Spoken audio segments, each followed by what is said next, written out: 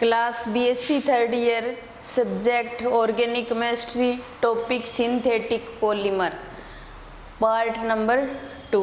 Part number 1 हम कर चुके हैं, जिसके अंतर्गत मैंने आपको सिलेबस के बारे में बताया था, कितने यूनिट है उनके बारे में बताया था, और कौन कौन से चैप्टर हम पढ़ेंगे या कौन कौन से चैप्टर हमारे लगते हैं, उन सब के बारे में हमने चर्चा कर ली थी। फिर उसके बाद में हमने सिंथेटिक पॉलीमर स्टार्ट किया था, जिसके अंदर पॉलीमर क्या होता है इसके बारे में चर्चा हो गई थी। और अब बात आती है बहुलकों का वर्गीकरण, जिसके अंदर हमने 2 टाइप का जो वर्गीकरण है वो कर लिया था। स्रोत के आधार पर कहाँ से प्राप्त करते हैं, संरचना के आधार पर वर्गीकरण, ये भी हो गया था। ये भी 3 टाइप का होता है, ये भी 3 टाइप का। यहाँ तक हमारा जो इससे पहले वाली वीडियो है उसमें टॉपिक हो गए थे। अब हमारे जो अगला वर्गीकरण आता है वो आता है बहुलकन के आधार पर। बहुलकन के आधार पर वर्गीकरण, बहुलकन के आधार पर वर्गीकरण। तो बहुलकन के आधार पर वर्गीकरण की हम बात करते हैं तो इसके दौरान जो पॉलीमर होते हैं या बहुलक जो होते हैं वो 2 प्रकार के होते हैं। एक होता है यौगेज बहुलक, यौगेज बहुलक, और दूसरा होता है संघनन बहुलक, दूसरा होता है संघनन बहुलक। यानी कि जो बहुलकन की जो प्रक्रिया है उसमें किस तरीके से एकलक इकाई जुड़ती हैं और बहुलक का निर्माण होता है, इस आधार पर बहुलक को 2 भागों में डिवाइड कर दिया। अब इसके नाम से स्पष्ट हो रहा है ये क्या है, योग। तो इसका मतलब यहाँ पर हम क्या करवाएंगे, एकलक इकाइयों का योग करवाएंगे। इसके नाम से स्पष्ट हो रहा है संघनन, मतलब उनको संघनित करवाएंगे, और संघनित करवाने के दौरान कोई ना कोई छोटे अणु का निष्कासन होगा। अब देखो यौगज बहुलक या एडिशन पॉलीमर बोल सकते हैं हम। यौगज बहुलक जो होते हैं इसके अंदर क्या होता है, एकलक जो इकाई होती हैं उनका क्या होता है, योग होता है। एकलक इकाई का क्या होता है, योग होता है।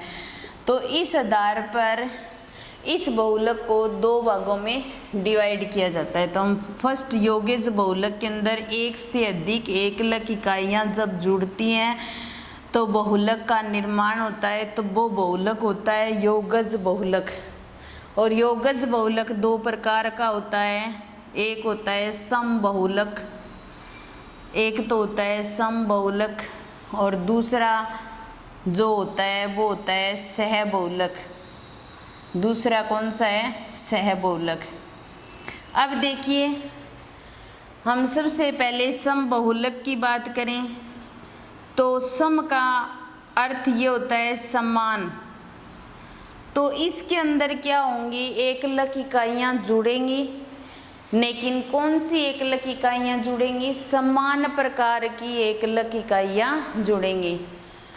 तो समबहुलक का मतलब ये हो गया, सम का अर्थ समान।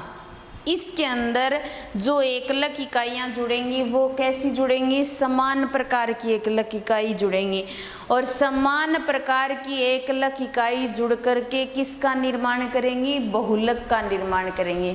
तो वो बहुलक कौन सा हो जाएगा, समबहुलक।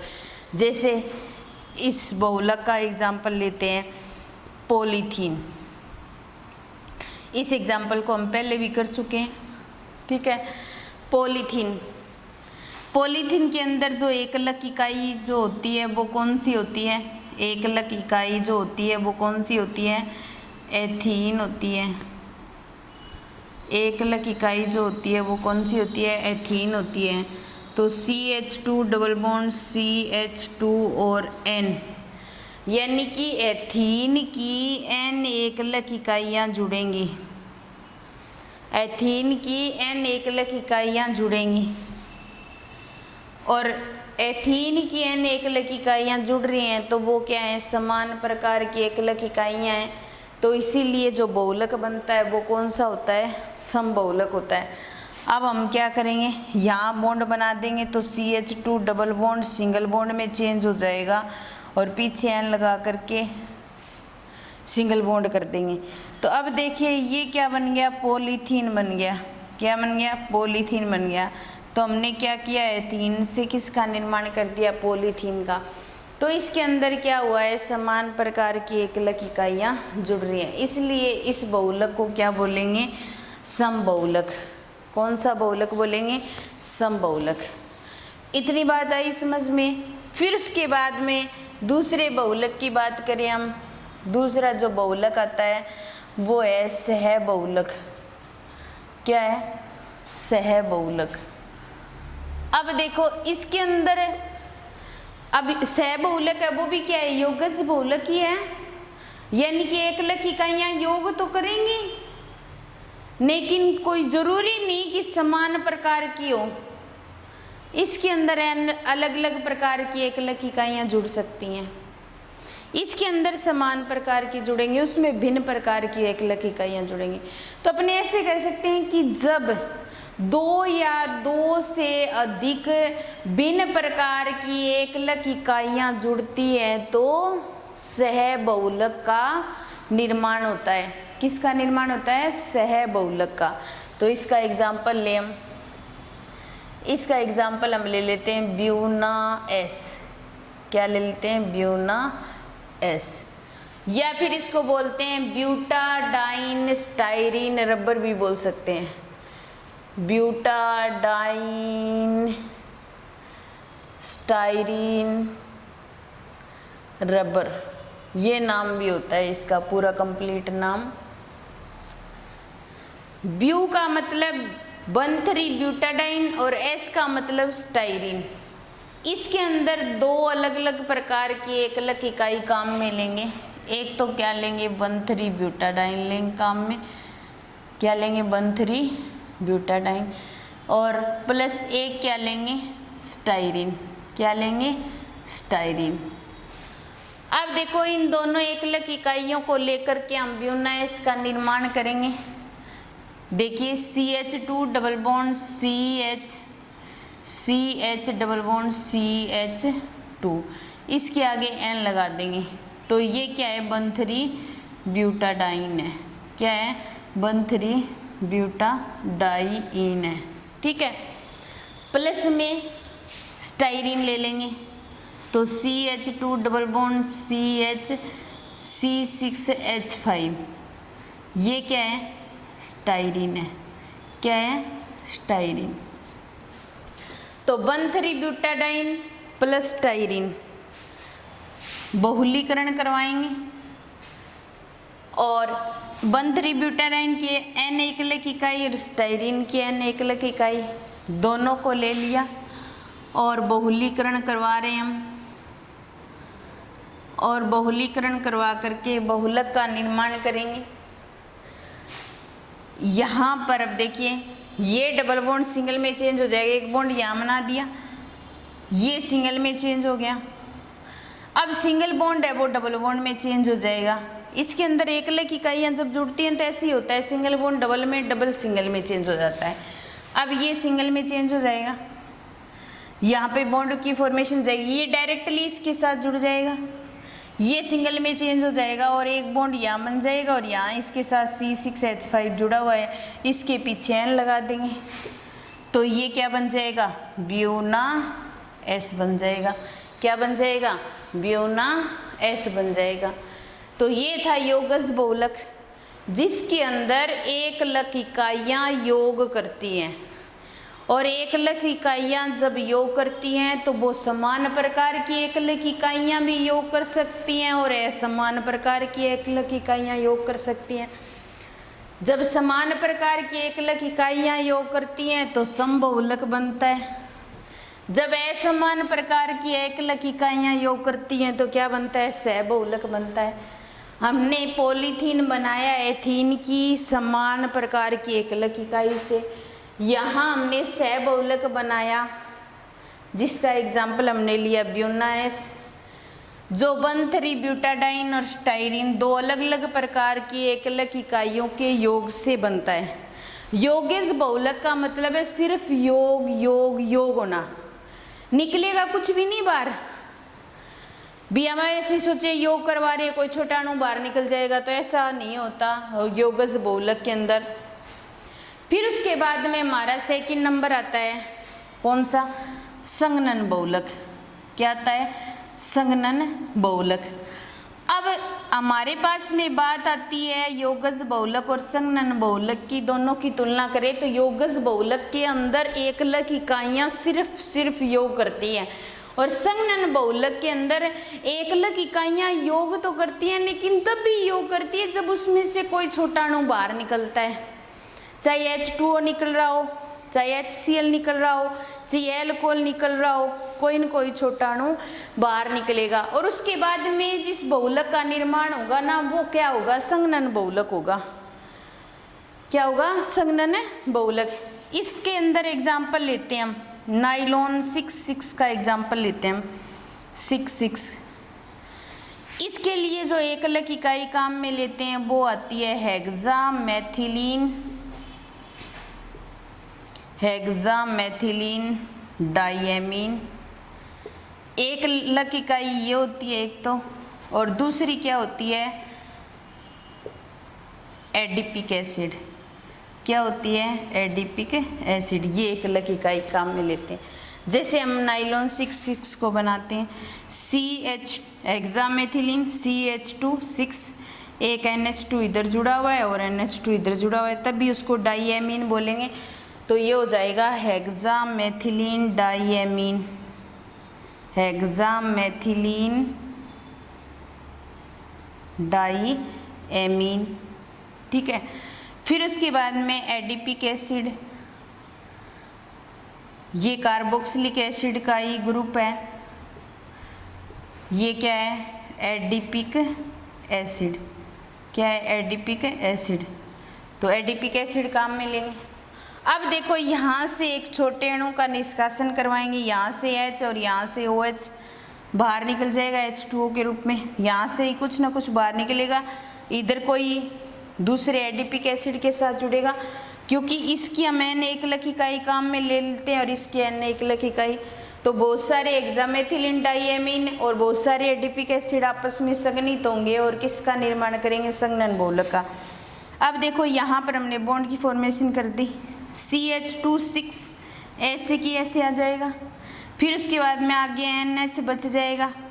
फिर ये C डबल बॉन्ड O और इसके साथ CH2 और C डबल बॉन्ड O और ये जुड़ा और पीछे N लगा दिया। किसका निर्माण हो जाएगा, नाइलॉन 6,6 का निर्माण हो जाएगा। क्या हो जाएगा, नाइलॉन 6,6 का निर्माण हो जाएगा। अब देखो हमारे पास इसके अंदर भी कार्बन 6 और इसके अंदर भी कार्बन 6, तो नाइलॉन 6,6। इसका नाम नाइलॉन 6,6 इसलिए पड़ा है 6 कार्बन है इनके अंदर। ये था तीसरा जो वर्गीकरण, बहुलकन के आधार पर वर्गीकरण। दो प्रकार का, योगज बहुलक और संघनन बहुलक। योगज बहुलक में एकलक इकाइयों का सिर्फ योग होता है, वो दो प्रकार से हो सकता है। समान प्रकार की एकलक इकाइयां भी जुड़ सकती हैं और भिन्न प्रकार की एकलक इकाइयां भी जुड़ सकती हैं। जब समान प्रकार की जुड़ती है तो समबहुलक, और जब भिन्न प्रकार की जुड़ती है तो सहबहुलक। हमने पॉलीथीन बना दिया एथीन से, ब्यूनाइस 1,3-ब्यूटाडाइन और स्टाइरिन के बहुलीकरण से ब्यूनाइस बन गया।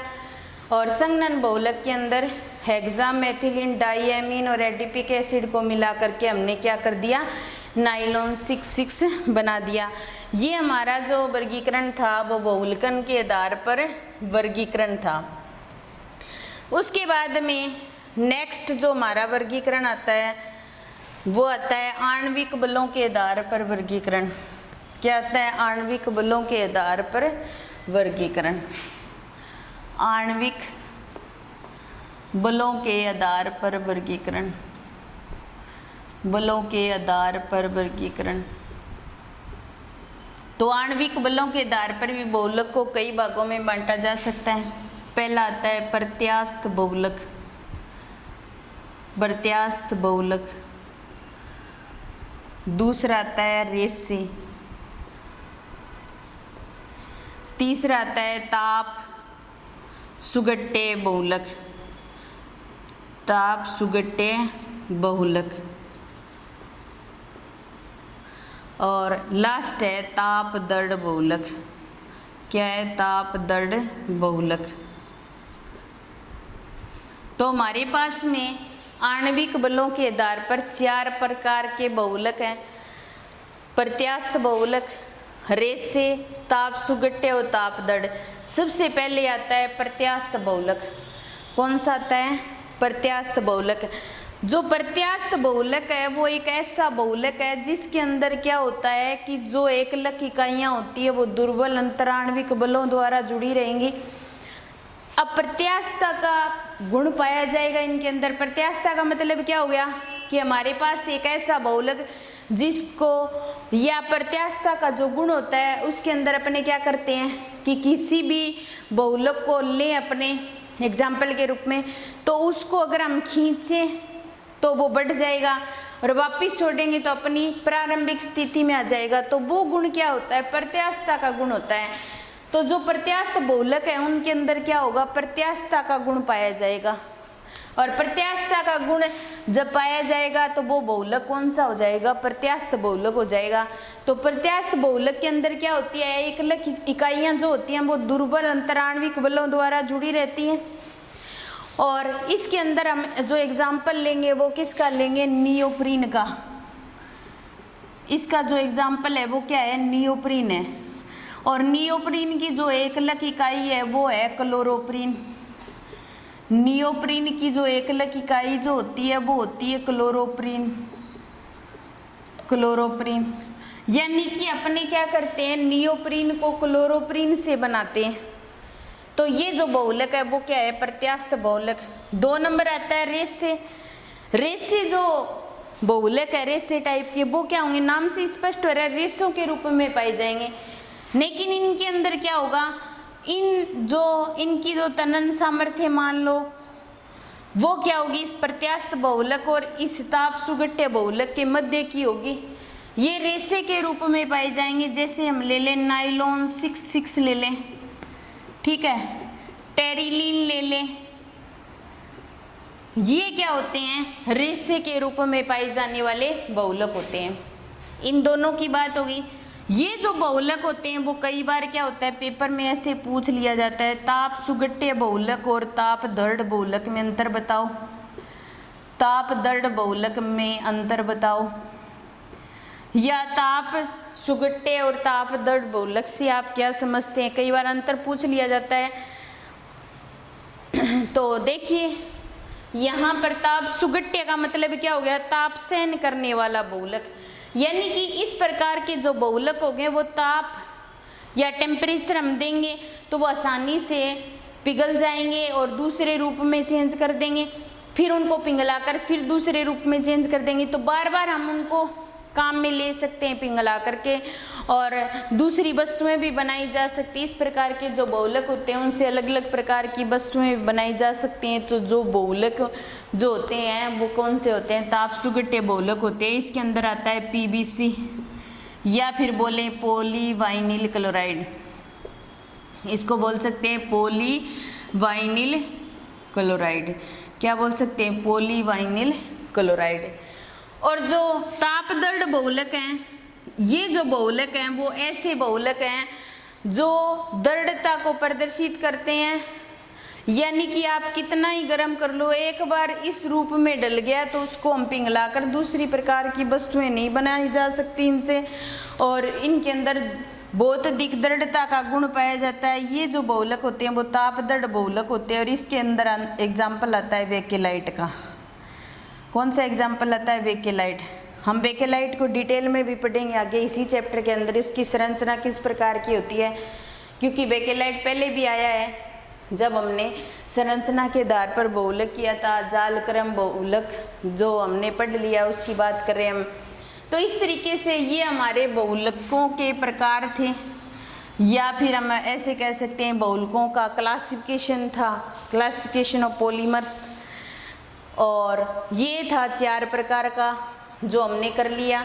स्रोत के आधार पर हमने इसको 3 भागों में डिवाइड किया, संरचना के आधार पर 3 भागों में, बोल्कन के आधार पर 2 भागों में और आणविक बलों के आधार पर 4 भागों में डिवाइड कर लिया। तो आज की हमारी जो क्लास है वो यहीं समाप्त होती है। धन्यवाद।